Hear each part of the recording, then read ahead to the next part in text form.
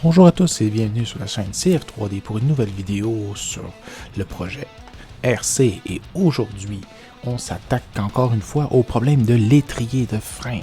Comme vous pouvez le constater, j'ai décidé de modifier le concept en enfonçant plus profondément et en avant du soufflet, permettant ici de rapprocher le disque de frein près du soufflet pour que l'air circule mieux. J'ai tenté ce système qui semble être prometteur. Bien entendu, j'ai pas beaucoup de dialogue à faire maintenant, fait que je vais vous laisser regarder la vidéo. N'hésitez pas à écrire en commentaire ce que vous pensez de mon projet. Je vous dis à tout de suite. Bien entendu, le soufflet ne restera pas dans cette forme-là. Quand la carrosserie sera établie par rapport au châssis, on modifiera le soufflet pour qu'il accueille plus facilement de l'air, parce qu'avec un espace aussi élevé entre le disque de frein et le soufflet, il se peut que l'air ne circule pas bien ou pas, voire pas du tout sur le disque de frein. Alors je vous dis à tout de suite.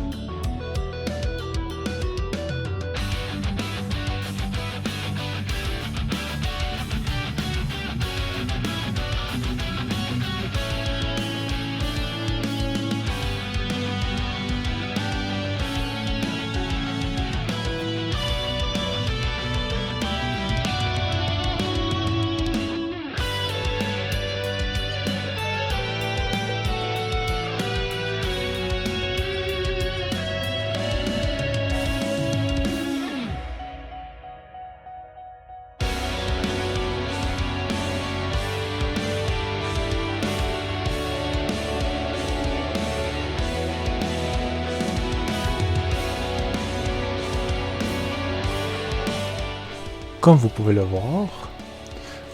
voir, modifier la position des étriers de frein m'a permis de rapprocher le disque, mais aussi il va falloir que j'ajuste les dimensions du disque pour être plus favorable à ce que le disque ne frotte pas sur les étriers.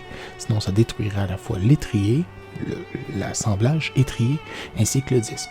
Donc on va modifier le disque, et j'ai remarqué en me référant sur d'autres images que le disque de frein, le moyeu central, est beaucoup plus large que l'emplacement de frottement où est-ce que le disque.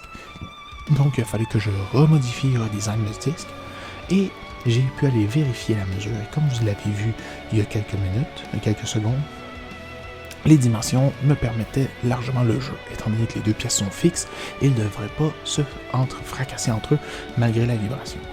Donc, je vous laisse profiter de la vidéo pour le redesign du disque de frein pour l'adapter à l'étrier.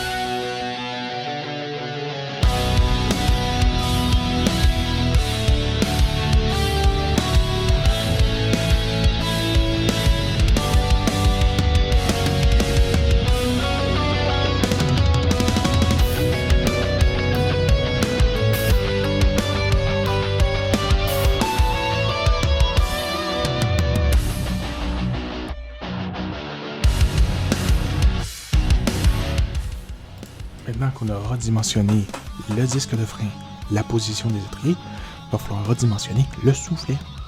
C'est bien beau d'avoir disposé les trous, d'avoir ajusté tout ça, mais il va falloir que le soufflet ait une bonne surface de contact avec l'étrier de frein pour garantir la bonne stabilité de celui-ci et de renforcer éventuellement l'étrier de frein. Bien entendu, pour gagner de l'espace, je vais rétrécir les étriers de frein, me permettant ainsi, bien entendu, en prenant tout le reste en considération, me permettant ainsi de garantir le bon fonctionnement du système. Donc, j'ai renforcé le soufflet qui va soutenir de façon active les étriers de frein. Je les ai amincis. J'avais besoin d'autant de matière pour les étriers de frein. Puis ça m'a permis de justement faire en sorte que le disque de frein soit encore plus proche. Donc, un moyeu beaucoup moins imposant. Puis là, j'ai réalisé que mon moyeu central a un problème. C'est que quand je l'ai descendu, c'était prévu pour accueillir un bearing. Le problème, c'est que j'ai pas encore déterminé le bon bearing.